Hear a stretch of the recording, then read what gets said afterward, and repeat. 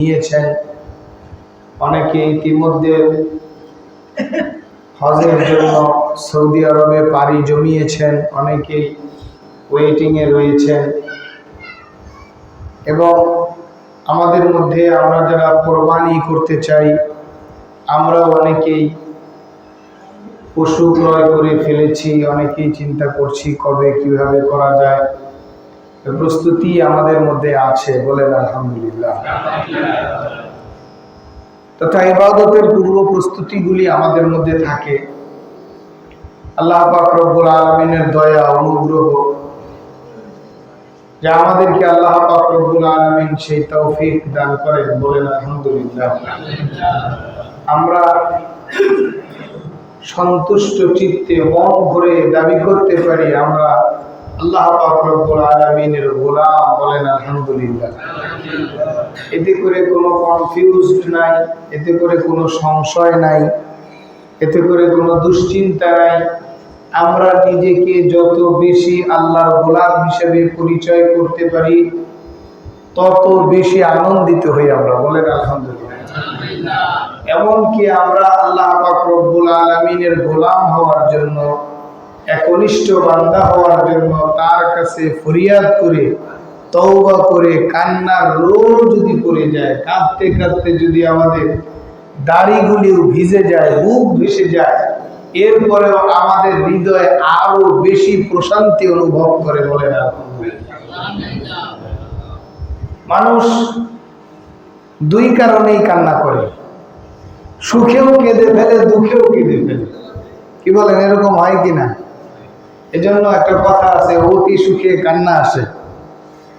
খুশিতে অনেকে কেঁদে ফেলে, কাঁদলেও শান্তি পাওয়া যায়। দুঃখে যে মানুষ কান্না করে, যখন সে দুঃখটা ভিতরে চাপা রাখতে পারে না, দুঃখটাকে বের করে দেওয়ার জন্য, নিজেকে হালকা করার জন্য সে দুঃখের ভার সইতে না পেরে কান্না শুরু করে দেয়।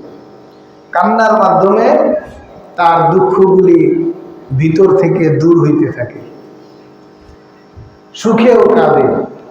আর আল্লাহর বান্দারা যখন আল্লাহ পাক রব্বুল আলামিনকে স্মরণ করে, আল্লাহর দরবারে তওবা করে, আল্লাহ পাক রব্বুল আলামিনের ভালোবাসা পাওয়ার আশায়, আল্লাহ পাক রব্বুল আলামিনের নৈকট্য হাসিলের জন্য কান্না করে, তখন তার দিল দুনিয়ার অন্য কোনো কিছুর দিকে মনস্থির হয় না, তার খালি আরো কাঁদতে মনে চায়, আর তার দিল, তার আত্মা প্রশান্তি লাভ করে, বলেন সুবহানাল্লাহ।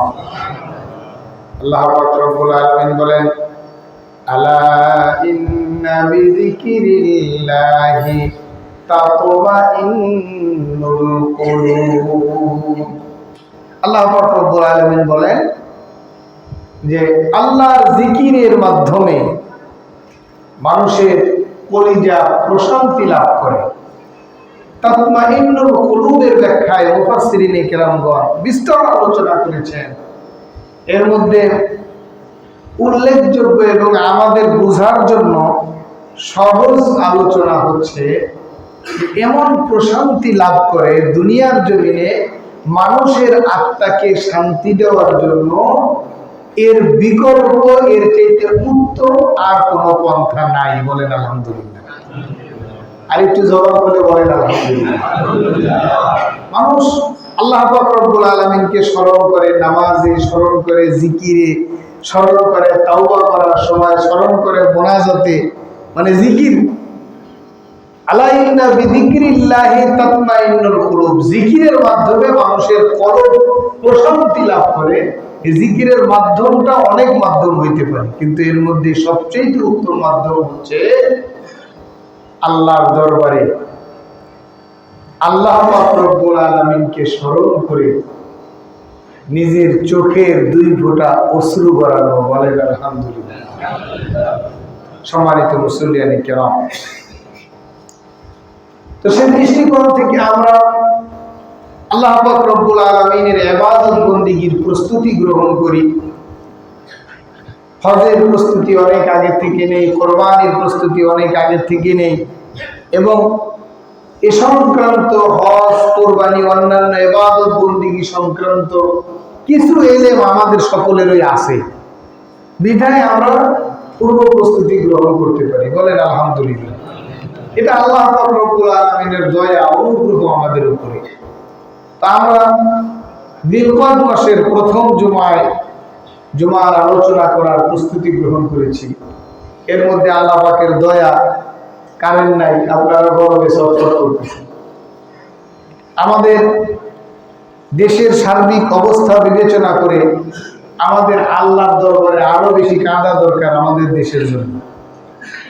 আমরা কোনো সময় কই বিপদে আছি, কোনো সময় কই স্বাধীনতা অর্জন করছি, কোনো সময় কই এখন খুব ভালো আছি, কোনো সময় কই খুব বিপদে আছি। এক এক সময় এক এক অবস্থা হয় না আমাদের দেশে। কিন্তু সর্বসাকুল্যে বিশ্ব পরিস্থিতি বিবেচনা করে আমরা নাগরিক সুবিধার যে আশাগুলি গ্রহণ করি, আমরা কিন্তু সব সঠিকভাবে পাচ্ছি না, ঠিক কিনা বলেন? যেমন ধরেন আমাদের দাবি কি, আমরা খাবো, দাবো, ঘুমাবো। আমরা যারা সাধারণ মানুষ বলি, ডাইল দিয়ে ভাত খাবো, সোজা পথে চলবো, বাড়িতে এসে দেখবো কারেন্ট আছে, গরমে ফ্যান চলতেছে, এই আমাদের শান্তি। কিন্তু খাবার দাবারে রুজি রোজগার করতে যদি কষ্ট হয়, আবার ঘরে এসে যদি দেখি ফ্যান চলে না, গরম লাগে, তাইলে আমাদের সকলের কাছেই কষ্ট লাগে, ঠিক কিনা বলেন? এই জন্য আল্লাহ পাক রব্বুল আলামিনের দরবারে আমরা দোয়া করব, আল্লাহ তাআলা বৈশ্বিক কঠিন পরিস্থিতি থেকে বিশ্ব মানবতাকে হেফাজত করুন, সকলেই বলি আল্লাহুম্মা আমিন। এবং যিনারা আমাদের রাষ্ট্র পরিচালনার দায়িত্ব পান, তিনাদের মেজাজকে আল্লাহ পাক রব্বুল আলামিন 100% আমানতদারি মেজাজ তৈরি করে দিন, সকলেই বলি আল্লাহুম্মা আমিন। এবং আমাদের দেশকে পরিচালনার ক্ষেত্রে তিনারা যাতে করে সর্বোচ্চ আমানতদারিতা এবং সঠিকভাবে দেশকে পরিচালনা করতে পারেন, সেই তৌফিক আল্লাহ পাক রব্বুল আলামিন তাদেরকে দান করুন, সকলেই বলি আল্লাহুম্মা আমিন। সম্মানিত মুসল্লিয়ানে কেরাম, এই যে গরম, প্রচন্ড গরম, আমরা একটু হাসফাস করছি। গরম আল্লাহ না দিলেও তো পারতেন, ঠিক কিনা বলেন? আমাদের অনেক সময় আমরা বলি আল্লাহ এত গরম দিছো কেন? আবার যখন খুব ঠান্ডা পড়ে আমরা বলি আল্লাহ এত ঠান্ডা দিছো কেন? আল্লাহ দুনিয়ায় কি আমাদেরকে জান্নাতে পাঠাইছে? দুনিয়াতে কি আমাদেরকে জান্নাত হিসেবে দুনিয়াতে পাঠাইছে, নাকি দুনিয়াতে দুনিয়া হিসেবে পাঠাইছে? এই দুনিয়াটা হচ্ছে পরীক্ষার হল, আর দুনিয়া মাজরাআতুল আখিরাহ। দুনিয়া হচ্ছে আখিরাতের শস্য ক্ষেত্র। এখানে যদি আল্লাহ তাআলা গরম না দেয়, এখানে যদি আল্লাহ তাআলা ঠান্ডা না দেয়, আমাদের দিন বুঝবে কিভাবে জাহান্নামের আগুন কতটা কঠিন হবে?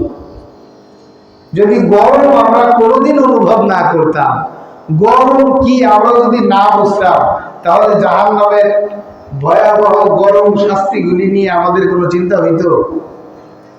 আমরা যারা সাধারণ মানুষ আছি, আমাদের ইমানি ইয়াকিন কিছু আছে, আমরা কিছু তাসবিহ তাহলিল করি, মসজিদে আসি, আমরা কিন্তু সবাই সুযোগ বুঝে অথবা যখন একটু বেশি কষ্টে করি, তখন আল্লাহ পাক রব্বুল আলামিনকে আরো বেশি ডাকি। বলেন সুবহানাল্লাহ। কি বলেন? এমনি স্বাভাবিকভাবে সুস্থ আছি, খুব হেসে খেলে খেয়ে দিয়ে দিন পার করতে যাচ্ছি, আল্লাহ তাআলাকে ডাকা হয় না। কিন্তু যখন একটু অসুস্থ হয়ে যায়, আল্লাহ আমাকে সুস্থ করে দেন, আল্লাহ আমাকে হেফাজত করো, আল্লাহ আমাকে বাঁচাও, আছে না নাই? এরকম হয় না? আবার যখন বেশি গরম করে, আল্লাহ একটু কারেন্ট দাও, এভাবেও তো ডাকি। সবচেয়ে বড় কথা হচ্ছে এই যে আবহাওয়াগুলি আমরা পাই, এগুলি আমাদের জন্য শিক্ষা। এই গরমের মাধ্যমে শুধুমাত্র আমাদেরকে আল্লাহ পাক রব্বুল আলামিন শুধুমাত্র জাহান্নাম থেকে বাঁচার শিক্ষাই দেন না, এই গরমের মাধ্যমে আমাদেরকে আল্লাহ পাক রব্বুল আলামিন সুস্বাদু রিজিক দান করেন। বলেন আলহামদুলিল্লাহ। ওয়েদার যদি একটু গরম না হয়, তাহলে আমাদের ফসল ফলাদি যেগুলি আমরা খাওয়ার জন্য প্রস্তুতি গ্রহণ করতেছি, দাঁতে দাঁড় দিতেছি, সামনে আম কাঁঠাল আসবে, এরপরে লিচু আসবে, এগুলি মিষ্টি হবে না। এরপরে আরো যে ফল ফলাদি গুলি পাকবে, এই যে এখন ইরি ধানের সিজন, ধান অনেকেই কাটবে এই গরমেতে, কিন্তু ধান কি হবে, ধান চিটার থেকে ভিতরে ফসল দানা বাঁধবে, বলেন আলহামদুলিল্লাহ। এগুলি আল্লাহ পাক রব্বুল আলামিনের কুদরত নিজাম। আল্লাহ পাক রব্বুল আলামিন এইভাবে দুনিয়া পরিচালনা করবে। এজন্য আমাদের হাহুতাশ করা যাবে না, আল্লাহর দরবারে আমাদের দোয়া করতে হবে, আমাদের শিক্ষা নিতে হবে, আমাদের এগুলিকে পরীক্ষা অথবা আল্লাহ পাক রব্বুল আলামিনের নিয়ামত মনে করতে হবে। এগুলি নিয়ে আমাদের টেনশন করলে চলবে না, হার হতাশ করলে চলবে না। এমন কোন বাক্য, এমন কোন ভাষা আমাদের জবান দিয়ে বের হওয়া যাবে না যার মাধ্যমে আল্লাহ পাক রব্বুল আলামিন আমাদের উপরে নাখোশ হয়ে যান, বলেন নাউজুবিল্লাহ। আছে না অনেকে আবেগে বেশি গরমে একটু উল্টাপাল্টা কথা বলে ফেলে, যে সরাসরি আল্লাহ পাক রব্বুল আলামিনের অপছন্দনীয় কথা হয়ে যায়। একটু বিপদে পড়লে, একটু অসুখ বিসুখ বেশি হইলে, পরে একটু বৃষ্টি বেশি হইলে, মানে কোনো কিছু একটু বেশি হইলেই, ধৈর্যের সীমা ছাড়ায় গেলেই উল্টা পাল্টা কথা বলা শুরু হয়ে যায়। আমরা যত কথাই বলি, আমাদের যত প্রযুক্তি থাক, যত জ্ঞান বিজ্ঞানই থাক, আল্লাহ পাক রব্বুল আলামিন যদি চান আমাদের শরীরে গরম লাগাবে, তাহলে কেউ ঠেকাইতে পারবেন? এমন পরিস্থিতির আল্লাহ পাক রব্বুল আলামিন তৈরি করে দিবেন যে গরম আমরা অনুভব করতে বাধ্য থাকবো, বলেন সুবহানাল্লাহ। আমরা গরম থেকে বাঁচার জন্য ফ্যান লাগাইছি না? ওই ঘরে করি, কারেন্ট নাই, এটি একটা মাধ্যম, যা আমরা ইচ্ছা করলেই ফ্যান ঘুরবে না, আমাদের হাতে ক্ষমতা নাই। আল্লাহ তাআলার দয়া হওয়া লাগবে। এমন পরিস্থিতি আল্লাহ পাক রব্বুল আলামিন তৈরি করে দিয়েছেন, বিশ্বে জ্বালানি সংকট তৈরি হয়ে গেছে। আল্লাহ না করুক যদি বলেন যে না আমরা কারেন্ট উৎপাদন করবো, মেশিনের উপরে আল্লাহ তাআলা ঠাড়া ফলাইয়া 2-4 মাসের জন্য বন্ধ করে দিয়ে রাখতে পারবেন না, তখন কোথায় যাব? এজন্য যে কোনো পরিস্থিতি আল্লাহ পাক রব্বুল আলামিন তৈরি করে, এটা আমাদের জন্য নিয়ামত মনে করতে হবে, ধৈর্য হারা হইলে হবে না। এজন্য সম্মানিত হাজির, জিলকদ মাস শুরু হয়ে গিয়েছে, হজের মাস শুরু হয়ে গিয়েছে, কোরবানি চলে আসতেছে, আমাদের ব্যক্তিগত কিছু প্রস্তুতি, ব্যক্তিগত কিছু ইবাদত কেন্দ্রিক প্রিপারেশন চলতেছে। এজন্য আমরা কি করব? আমরা এই সময়গুলিতে, বিশেষ করে জিলকদ মাস এবং জিলহজ মাস হচ্ছে সম্মানিত মাস, বলেন সুবহানাল্লাহ। এই মাসগুলির কথা আল্লাহ পাক রব্বুল আলামিন পবিত্র কোরআনুল কারীমে বলেছেন। এই মাসগুলিতে আমরা কোনো গুনাহের কাজ করব না, আমরা গুনাহের কাজ থেকে বেঁচে থাকার চেষ্টা করব। এমনকি জিহারাতের সময়েও এই সম্মানিত মাসগুলিতে তারা যুদ্ধ বিগ্রহ করতো না। তারা বলতো যে না, এটা সম্মানিত মাস, এই মাসে কোনো দ্বন্দ্ব ফাসাদে জড়ানো যাবে না। এমনকি যদি তাদের যুদ্ধের ধারাবাহিকতা চলে আসতো, তারা তো এক একটা জাতি, গোত্র, ধর্ম, বর্ণ যুদ্ধ যুগের পর যুগ চালায় নিত, কিন্তু সম্মানিত মাস আসলে তারা বুঝতে পারতো যে সামনে অবসরের দিন আসতেছে। এখন যুদ্ধ বিগ্রহ চলতেছে, জিলকদ মাস আসলে, জিলহজ মাস আসলে, মুহররম মাস আসলে, রজব মাস আসলে যুদ্ধের একটা বিরতি হবে, বলেন সুবহানাল্লাহ। তারাও এই মাসগুলিকে সম্মান করছে, এজন্য আমরাও এই মাসগুলিকে সম্মান করব। এবং আমরা এই মাসগুলিতে যেহেতু হজের মাস চলতেছে এবং সামনে যেহেতু কোরবানি আসবে, আমরা জলিলুল কদর পয়গম্বর হযরত ইব্রাহিম আলাইহিস সালামের জীবনী থেকে কিছু আলোচনা করব এবং ধারাবাহিকভাবে তিনার জীবনের সঙ্গে সম্পৃক্ত অসংখ্য আমল যেগুলি আমরা করি, এগুলি থেকে আমরা শিক্ষা গ্রহণ করব। সকলেই বলি ইনশাআল্লাহ। আল্লাহ পাক রব্বুল আলামিন যা চান তাই করেন। আমরা যদি গরম থেকে ঠান্ডা নিতে চাই, ঠান্ডা থেকে গরম নিতে চাই, আল্লাহ পাক রব্বুল আলামিন যদি না চান, আমাদের কারো সাধ্য নাই আমরা গরম পরিস্থিতিকে ঠান্ডা করব আর ঠান্ডা পরিস্থিতিকে গরম করব। কি বলেন? আছে? সব কিছুর একচ্ছত্র ক্ষমতার মালিক হচ্ছেন আল্লাহ পাক রব্বুল আলামিন। পৃথিবীর জমিনে নবুয়তের দরজা কিছুদিনের জন্য বন্ধ থাকার কারণে মানুষেরা পৌত্তলিকতার দিকে ধাবিত হলো, এমন ভাবে মূর্তি পূজা শুরু করে দিল, মানুষের আনুগত্য শুরু করে দিল। এই সুযোগে দুষ্ট চক্রের একজন ব্যক্তি দুনিয়ার জমিনের মানুষদেরকে আল্লাহ পাক রব্বুল আলামিনের দিক থেকে মুখ ফিরিয়ে নিয়ে তাকে নিজেকে ইলাহ হিসাবে, মাহবুব হিসেবে ঘোষণা শুরু করে দিল। বলেন নাউজুবিল্লাহ। মানুষেরা মাটির মূর্তির পূজাও করে, আবার মানুষকে আল্লাহ হিসাবে মেনে নেওয়া শুরু করে দিয়েছে। বলেন নাউজুবিল্লাহ।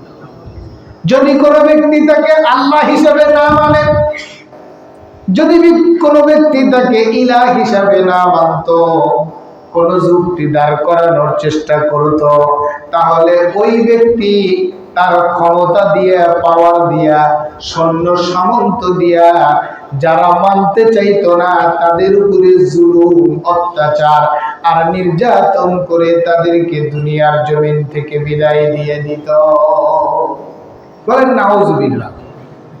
ক্ষমতা, পাওয়ার, দাপট, আনা রব্বুকুমুল আলা, আমি তোমাদের সবচেয়ে বড় রব, তোমরা আমাকে ছাড়া কাউকে মানতে পারবে না। বলেন নাউজুবিল্লাহ। দীর্ঘদিন এই ঘোষণা দিয়ে আসতেছিল নমরুদ নামক একজন ব্যক্তি। নমরুদ, আমরা জানি না সকলেই নমরুদের ঘটনা, আমরা বিস্তারিত ঘটনা জুমার সংক্ষিপ্ত আলোচনায় শেষ করতে পারবো না। ইব্রাহিম আলাইহিস সালামের জীবনের ধারাবাহিকতা মূল কিছু পয়েন্ট থেকে আমরা আলোচনা করার চেষ্টা করব। নমরুদ এইভাবে মানুষের উপরে জুলুম নির্যাতন করে আসছিল। একদিন নয়, 2 দিন নয়, তার এই জুলুম নির্যাতন বছরের পর বছর চলতে থাকলো। তার রাজ্যের জ্যোতিষীরা গণনা করতে করতে, ওই তারকারাজি, ওই চন্দ্র সূর্য নিয়ে গবেষণা করতে করতে, তারা কিতাবাদি গবেষণা করতে করতে একটা সময় তারা দেখতে পেল, এমন সময় চলে এসেছে যেই সময়ে নমরুদের তখতে তাউস নিস্তে নাবুদ হয়ে যাবে। বলেন সুবহানাল্লাহ। মানে ইব্রাহিম আলাইহিস সালামের দুনিয়ার জমিনে আসার সময় হয়ে গেছে। বলেন সুবহানাল্লাহ। জ্যোতির্বিজ্ঞানীরা, তৎকালীন সময়ে জ্যোতির্বিজ্ঞানীরা নমরুদকে খবর দিল, মিস্টার নমরুদ, আপনার সময় ঘনিয়ে আসছে, এই দুনিয়ার জমিনে আপনার রাজত্ব আর বাদশাহী চলবে না। মানুষেরা আপনার এইরকম ছয় নয়, নিজেকে ইলা দাবি করা মেনে নিবে না। অচিরেই একজন শিশু দুনিয়ার জমিনে ভূমিষ্ঠ হবে, জন্মগ্রহণ করবে। এই শিশু দুনিয়ার জমিনে এসে একত্ববাদের দাওয়াত দিয়ে, তাওহীদের দাওয়াত দিয়ে, রিসালাতের দাওয়াত দিয়ে আপনার গায়বুল্লাহর যুগের অবসান ঘটিয়ে আপনার এই রাজত্ব চুরমাচুর করে ফেলবে। বলেন সুবহানাল্লাহ। নমরুদ বলে, ক্ষমতা তো আমার হাতে, ওই শিশু জন্মগ্রহণ করবে কিভাবে এটা আমি দেখে দিব। চতুর্দিকে খবর লাগাও, যত মহিলার পেটে বাচ্চা চলে এসেছে সমস্ত বাচ্চাগুলিকে মেরে ফেলো। বলেন নাউজুবিল্লাহ। যত মহিলা গর্ভ ধারণ করেছেন, যত মহিলা হামেলা, সব মহিলাদের খোঁজ খবর নিয়ে সিআইডি লাগায়া, গোয়েন্দা লাগায়া, কোন মহিলা যদি বাচ্চা প্রসব করতে অস্বীকার করে, ওই মহিলাকে পর্যন্ত তোমরা মেরে ফেলো। বলেন নাউজুবিল্লাহ। এইভাবে হাজার হাজার শিশু হত্যা করলো সে। দুনিয়ার জমিনে নতুন কোন শিশুর জন্মগ্রহণ করতে দিবে না। তার রাজ্যে এলান করে দিল, আজ থেকে নারী পুরুষ মেলামেশা করা নিষেধ। নারী পুরুষের মেলামেশার মাধ্যমে যদি কোন সন্তান দুনিয়ার জমিনে জন্মগ্রহণ করে, তাহলে ওই নারী পুরুষ এবং সন্তান সহ তাদেরকে দুনিয়ায় থেকে বিদায় করে দেয়া হবে। এভাবে ঘোষণা দিল। মাথা তো গরম হয়ে গেল যে আমার রাজত্ব শেষ করবে একজন শিশু জন্মগ্রহণ করে। আমার প্রশাসন, আমার ক্ষমতা, আমার চিন্তাধারা যা কিছু করি আমার মাধ্যমে হয়, আর আমার রাজ্যে জন্মগ্রহণ করে আমার রাজ্যে আমাকে খতম করবে, আমার তখতে তাউস নিচে নাবুদ করে দিবে, এটা তো হইতে পারে না। এজন্য শুধুমাত্র ঘোষণা দিয়েই ক্ষান্ত হলো না, প্রশাসন লেলিয়ে দিল, তার অনুগত প্রশাসনকে নির্দেশ দিল পুরুষেরা এক জায়গায় রাত্রি যাপন করবে আর নারীরা এক জায়গায় রাত্রি যাপন করবে। রাত্রিবেলায় নারী পুরুষ স্বামী স্ত্রী একসঙ্গে ঘুমানোর অনুমতি আজ থেকে বিলুপ্ত করা হলো। বলেন নাউজুবিল্লাহ। এর জন্য কি করা লাগবে? সিকিউরিটি গার্ড নিযুক্ত করলো, যে মেয়েদের জায়গায় যেন ছেলেরা না যাইতে পারে, ছেলেদের জায়গায় যেন মেয়েরা না আসতে পারে। মানুষ তো মানবিক চাহিদা তৈরি হইতে পারে, একজন আরেকজনের সঙ্গে সাক্ষাৎ করতে পারে। আর এই সিকিউরিটি গার্ডের চিফ গার্ড হিসেবে নিযুক্ত করা হলো হযরতে ইব্রাহিম আলাইহিস সালামের আব্বা আযরকে। বলেন সুবহানাল্লাহ। নমরুদ বুদ্ধি করে, নমরুদ চক্রান্ত করে, আর আল্লাহ পাক রব্বুল আলামিন তার কার্যক্রম বাস্তবায়ন করেন।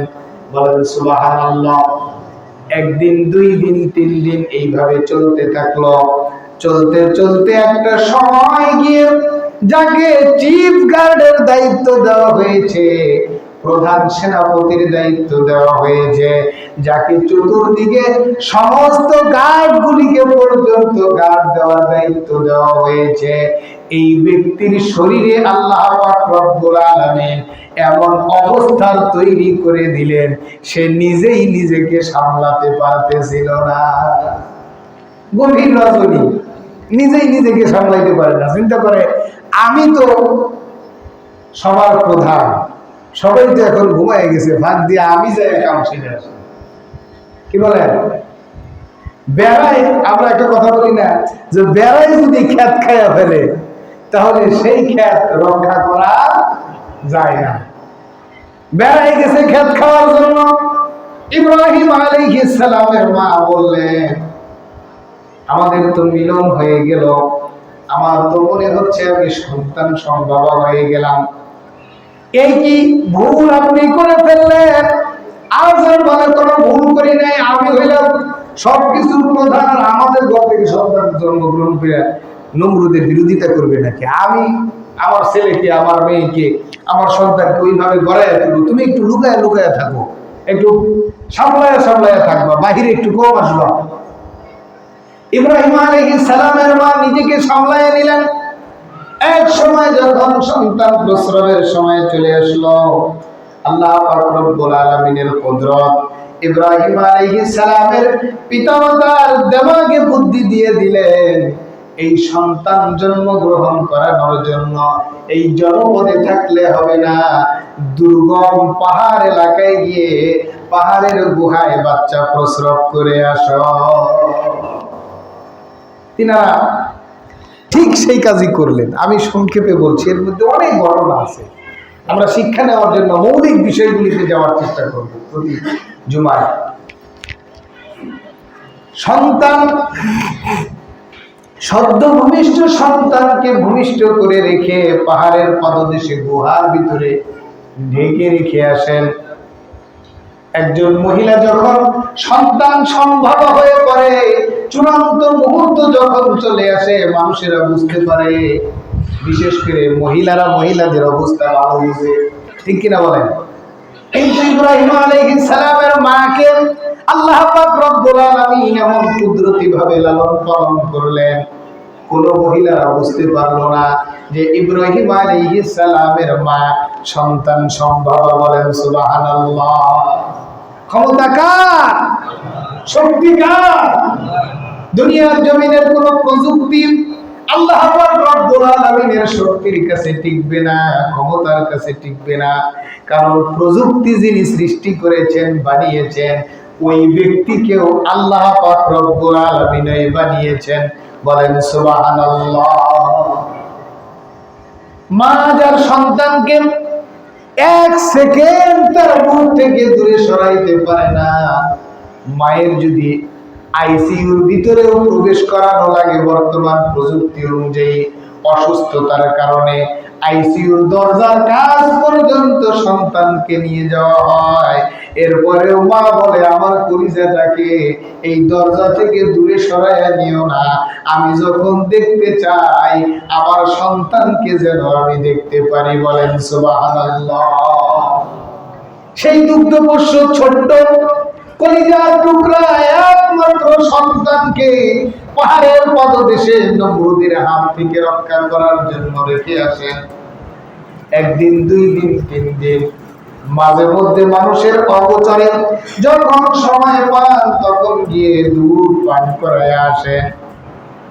ওই দুগ্ধপোষ্য শিশু সারাদিনে অন্তত পক্ষে অসংখ্য গণিতবার যার কণ্ঠ শুকিয়ে যায় মায়ের দুধ পান করানো লাগে। কিন্তু আল্লাহ পাক রব্বুল আলামিনের কুদরত, ইব্রাহিম আলাইহিস সালামের মা দিনে একবারের বেশি যাওয়ার সুযোগ পান না, মাঝে মধ্যে কোনো দিনই যাওয়ার সুযোগ পান না। 2 দিন, 1 দিন পরে পরে গিয়ে দুগ্ধপোষ্য শিশুকে তার ভরণ পোষণ করে আসতে হয়। একটি বাচ্চা ঘন ঘন প্রস্রাব করে, পায়খানা করে, একটি বাচ্চাকে ঘন ঘন খাওয়াইতে হয়। আমরা মানবিক গুণাবলী বিশ্লেষণ করলে আমাদের সন্তান সন্ততির দিকে তাকাইলে দেখতে পারি, একজন সন্তানের সঙ্গে সার্বক্ষণিক একজন মানুষ যদি না থাকে, সন্তানটা সুস্থভাবে দুনিয়ার জমিনে বেড়ে উঠতে পারে না। কিন্তু আল্লাহ পাক রব্বুল আলামিন কুদরতিভাবে ইব্রাহিম আলাইহিস সালামকে এত চমৎকারভাবে লালন পালন করলেন। ইব্রাহিম আলাইহিস সালামের বাপ ইব্রাহিম আলাইহিস সালামকে দিনে একবার দুধ পান করায় আসেন। কোনদিন ইব্রাহিম আলাইহিস সালামের মা পাহাড়ের গুহায় গিয়ে বাচ্চার কান্নার আওয়াজ পর্যন্ত পান নাই। বলেন সুবহানাল্লাহ। তো দেরি হয়ে গেছে, একটু তাড়াতাড়ি যাই, পাহাড়ের গুহায় গিয়ে দেখতেছে বাচ্চা কান্নাকাটি করতেছে, এরকমটাও কোনোদিনও হয়নি। বলেন সুবহানাল্লাহ। ইব্রাহিম আলাইহিস সালামের মা হাজত ছাড়াতেন, কোনদিন গিয়ে দেখেন নাই ইব্রাহিম আলাইহিস সালাম ময়লার মধ্যে পড়ে আছে, মা গেলে হাজত ছাড়তেন। বলেন সুবহানাল্লাহ। অলৌকিক একটি শিশু, আস্তে আস্তে যখন এই শিশু বাচ্চাটি বড় হইতে লাগলো, 1 বছর, 2 বছর, 3 বছর, তার কার্যক্রম দেখে ইব্রাহিম আলাইহিস সালামের মা বুঝতে বাকি রইল না, এই সন্তান অন্য কোন সন্তান না, এই সন্তান নমরুদের ইলাহিয়াত ধ্বংস করতে এসেছে। বলেন সুবহানাল্লাহ। কিন্তু মা বাবার কাছে কি এই কথা বলবে? কারণ জানে বাবাই তো নমরুদের 5টা গোলাম, নমরুদ যা বলবে তাই করবে, নমরুদের কথা মতো চলে, এমনকি সন্তানকে দুনিয়ার জমিন থেকে বিদায় করে দিবে। বলেন নাউজুবিল্লাহ। এজন্য মা বললেন না, মা বুঝতে পারলেন, আস্তে আস্তে মা যাওয়া আসা আরো কমিয়ে দিলেন। একটা পর্যায়ে ইব্রাহিম আলাইহিস সালাম চিন্তা করতে থাকলেন, আমি কোথা থেকে আসলাম, আমি কোথা থেকে আসলাম, আমার কে বানাইলো, আমি কিভাবে হলাম। যখন হাঁটি হাঁটি পা পা করে হাঁটা শিখলেন, চলাফেরা করা শিখলেন, আস্তে আস্তে পাহাড়ের গুহায় থেকে মাথা উকি দিয়ে বের করা শিখলেন। বের করে দেখলেন আল্লাহ পাক রব্বুল আলামিন পবিত্র কালামে হাকিমে ডিটেইলস বর্ণনা করেছেন, وَكَذَلِكَ نُرِي إِبْرَاهِيمَ مَلَكُوتَ السَّمَاوَاتِ وَالْأَرْضِ وَلِيَكُونَ مِنَ الْمُوقِنِينَ فَلَمَّا جَنَّ عَلَيْهِ اللَّيْلُ رَأَى كَوْكَبًا قَالَ هَذَا رَبِّي। আল্লাহ পাক রব্বুল আলামিন এইভাবে ডিটেইলস বর্ণনা করেছেন। ইব্রাহিম আলাইহিস সালাম পাহাড়ের পাদদেশ থেকে মাথা বের করে দেখতে পারলেন তারকারাজি দেখা যায়। তিনি চিন্তা করলেন, আমাকে মনে হয় ওই যে দূরে তারকারাজি দেখা যায়, ওই তারকায় সৃষ্টি করেছেন। একটু পরে দেখেন তারকারাজি নাই। ইব্রাহিম আলাইহিস সালাম চিন্তা করলেন, তারকারাজি যদি আমাকে সৃষ্টি করবে তাহলে আমার সৃষ্টি তো নাই, সেই তো উধাও হয়ে গেল, তাহলে সে আমাকে সৃষ্টি করে নাই। কে সৃষ্টি করেছেন আমাকে? আমাকে এই জায়গায় কে রেখে গেলেন? কে আমাকে এই দুনিয়ার জমিনে পাঠালেন? ইব্রাহিম আলাইহিস সালাম এই চিন্তা যখন করতেছিলেন, হঠাৎ করে দেখলেন চন্দ্র অস্তমে, তারকারাজি উধাও হয়ে গিয়েছে, কিন্তু চন্দ্র উদিত হয়েছে। বলেন সুবহানাল্লাহ। ফালাম্মা রাআল কমারা বাযিগান ক্বালা হাযা রাব্বী। বলেন নাউযুবিল্লাহ। ইব্রাহিম আলাইহিস সালাম এবার দেখলেন হচ্ছে কমার, মানে চন্দ্র। চন্দ্র দেখে চিন্তা করলেন তারকার চাইতে বড় দেখা যায়, এই চন্দ্র বুঝি আমাকে সৃষ্টি করেছেন, কত সুন্দর দেখা যায়, সেই মনে হয় আমার সৃষ্টিকর্তা। কিন্তু একটা সময় যখন অতিক্রম হলো, যখন চন্দ্র অস্তমিত গেল, সূর্য উদিত হলো, আল্লাহ পাক রব্বুল আলামিন বলেন ফালাম্মা রাআশ শামসা বাযিগাতান ক্বালা হাযা রাব্বী হাযা আকবার। বলেন নাউযুবিল্লাহ। আল্লাহ পাক রব্বুল আলামিন বলেন ইব্রাহিম আলাইহিস সালাম যখন চন্দ্র অস্তমিত যাওয়ার পরে সূর্য উদিত হওয়া দেখলেন, তিনার মনের মধ্যে কৌতূহল আরো বেড়ে গেল, বিশ্বাস একটু দৃঢ় হলো। তিনি চিন্তা করলেন, তারকারাজির দিকে তাকালাম, তাকে একেবারে ছোট ছোট দেখালো, সে কিছুক্ষণ পরে উধাও হয়ে গেল। চন্দ্রের দিকে তাকালাম, সে সুন্দরভাবে উদিত হলো, কিছুক্ষণ পরে সেও বিদায় নিয়ে চলে গেল।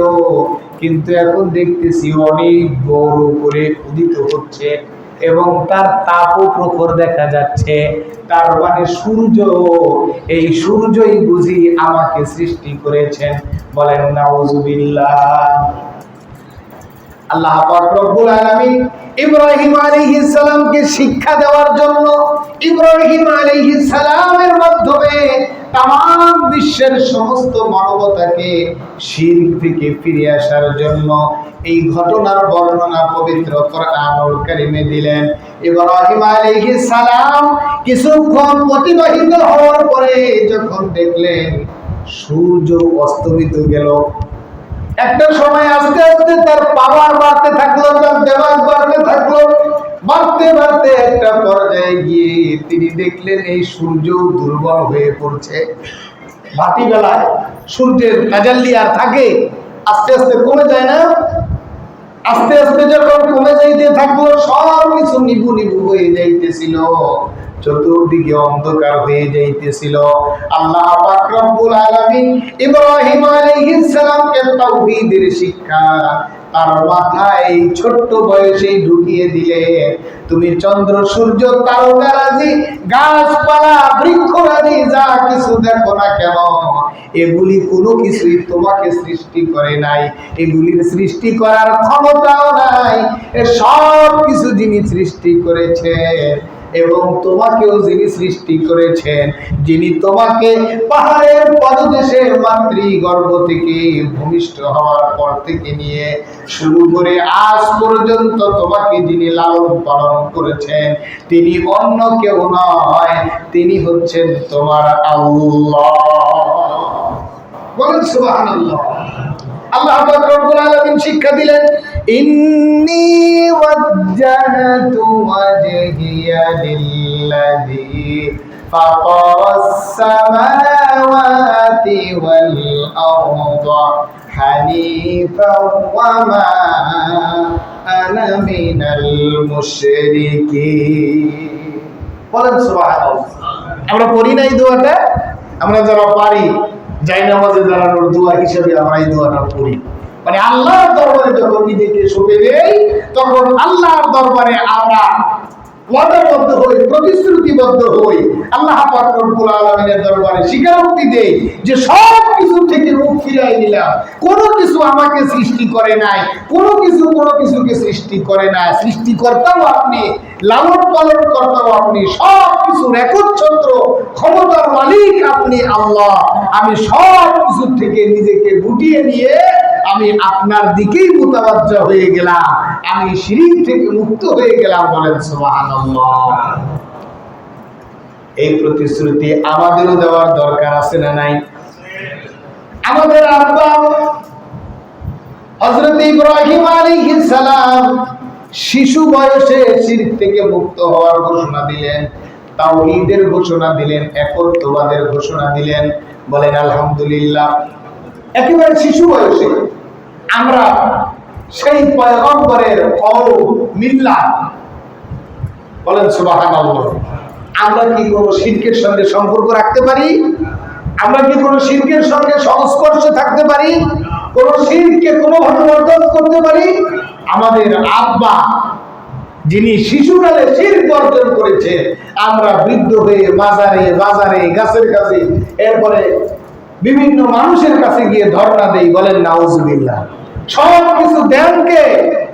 সকলে বলেন সব কিছু দেন কে? সব কিছু আসে কার পক্ষ থেকে?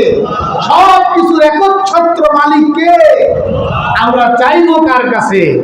আমরা আমাদের মস্তক অবনত করবো কার কাছে? আল্লাহ পাক রব্বুল আলামিন আমাদেরকে বুঝার তৌফিক দান করুন। সকলে বলি আল্লাহুম্মা আমিন।